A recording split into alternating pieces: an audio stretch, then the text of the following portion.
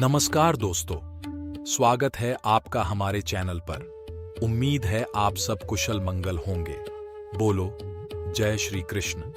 दोस्तों, इस वीडियो में हम जानेंगे कि भगवान कृष्ण ने स्नान करती गोपियों के वस्त्र क्यों चुराए थे। तो चलिए शुरू करते हैं।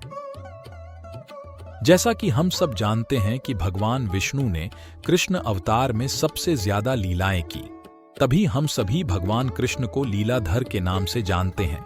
दोस्तों, हम सब जानते हैं कि भगवान कृष्ण बहुत ही ज्यादा नटखट थे और बचपन में गोपियों के घरों से माखन तक चुराकर खा लिया करते थे। एक दिन नदी में नहाती गोपियों के वस्त्र चुरा लिए थे। दोस्तों, लेकिन वस्त्र चुराना श्री कृष्ण की एक ऐसी लीला है जिसको लेकर आज तक कई सवाल खड़े करते हैं। श्री कृष्ण को कटघरे में खड़ा करने की कोशिश करते हैं। उनकी लीला को गलत और अनुचित बताने का हमेशा से प्रयास किया जाता है। भगवान कृष्ण ने स्नान करती गोपियों के कपड़े क्यों चुराए थे? क्या है ये लीला और क्या है इस लीला की पीछे का असली रहस्य, आज हम इस वीडियो के माध्यम से बताने वाले हैं। नदी में नहाती हुई गोपियों के वस्त्र चुरा लेना, यह बाल कृष्ण की एक लीला थी, जिसके माध्यम से उन्होंने बालपन में गोपियों को एक अच्छी सीख सिखानी चाहिए। न सब उपयोग को बल्कि आज के समाज की स्त्रियों को भी इसका वर्णन हमें शास्त्रों में मिल जाता है। दोस्तों, पद्म पुराण में वर्णित कथा के अनुसार एक दिन की बात है जब गोपियां जल में स्नान करने के लिए तालाब में उतरती है। भगवान कृष्ण पेड़ पर बैठकर यह दृश्य आराम से देख रहे होते हैं। जब गोपियां नहाने के लिए व्यस्त हो जाती है तो श्री कृष्ण ने गोपियों के वस्त्र चुराकर छुपा दिए। जब गोपियां नहाकर तालाब से निकलने वाली थीं तो उन्होंने देखा कि उनके वस्त्र वहां नहीं थे और वह सब चिंतित होने लगी। उसी समय गोपियों की नजर छुपकर पेड़ पर बैठे श्री कृष्ण पर पड़ी। गोपियों ने कहा कि गोपियों को नहाते हुए देखने में जरा भी लज्जा नहीं आती तुम्हें?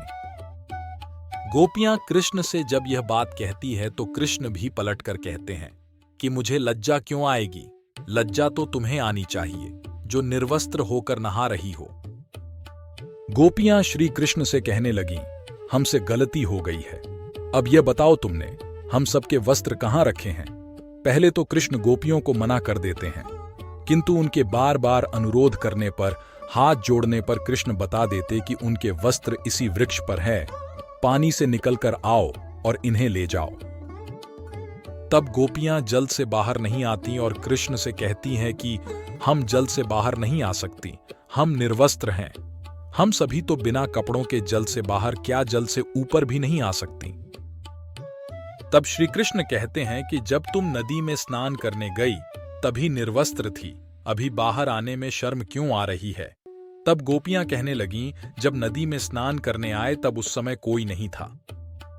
ये सुनकर कृष्ण कहते हैं कि तुमने यह कैसे सोच लिया कि यहां पर कोई नहीं था, क्योंकि मैं तो हर पल हर जगह मौजूद होता हूं। और हां, उस समय मेरे अलावा आसमान में उड़ते पक्षियों और अन्य पशु ने भी तुम्हें निर्वस्त्र देखा है।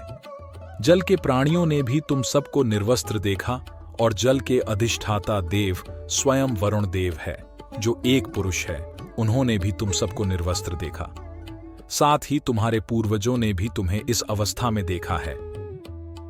क्योंकि पुराणों के अनुसार नहाते समय हम सभी के पूर्वज हमारे आसपास होते हैं और वस्त्र से गिरने वाले जल को ग्रहण करते हैं, जिनसे उनको तृप्ति मिलती है। निर्वस्त्र स्नान करने से पूर्वज नाराज हो जाते हैं और व्यक्ति को सुख प्राप्त नहीं हो पाता, उसके सुख नष्ट हो जाते हैं। इसलिए कभी भी निर्वस्त्र स्नान नहीं करना चाहिए।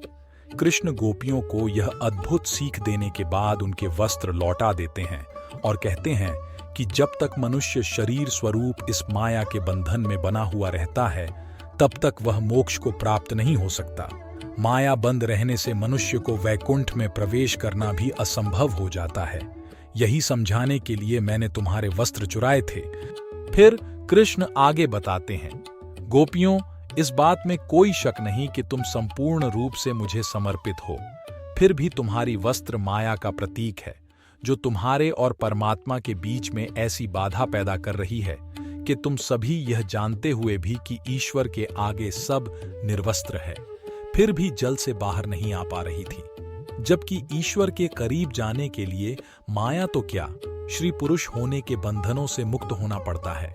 दोस्तों, एक और कारण है जिसके कारण श्री कृष्ण ने वस्त्र हरण लीला की थी, पर यह इतना रहस्य है कि इसे केवल वही समझ सकते हैं जिनके दिल में माया नहीं है, सिर्फ श्री कृष्ण के लिए प्रेम रहता है। दोस्तों, गोपियां कृष्ण को पति रूप में पाने के लिए बचपन से कात्यायनी व्रत करती थीं, जिससे कात्यायनी माता प्रसन्न होकर उन्हें वरदान देती है कि श्री कृष्ण उनके पति होंगे।